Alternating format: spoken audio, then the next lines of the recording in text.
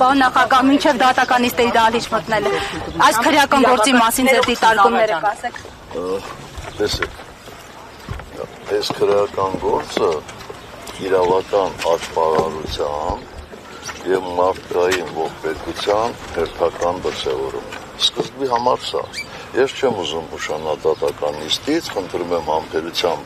լցվեք, սպասեք, դուրս կգամ,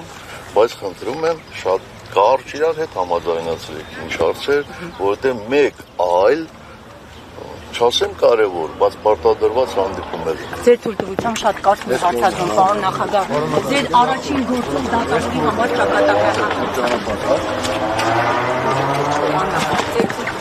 առաջին դատավորի համար ճակատագրական դարձավ եւ ինքը համակարգի թերորդ։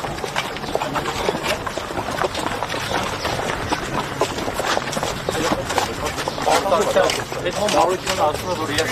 առաջադրում եմ ինչու չեն միանում խմբակցությունները թողից դարձնել որոշապես ժամանակավոր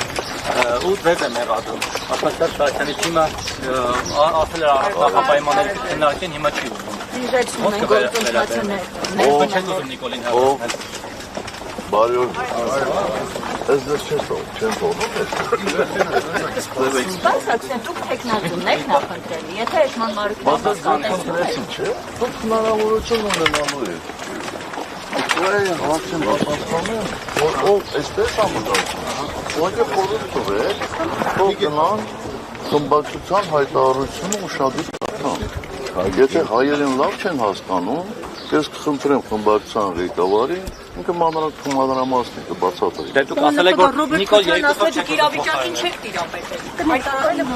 Հայաստան իրավիճակին չի տիրապետել։ Ձեր հրաժարականից 5 օր առաջ դուք ասել եք, որ ամեն ինչ հասցրեք ակել, այսինքն ձեր հրաժարականն է, բաղձի տակ։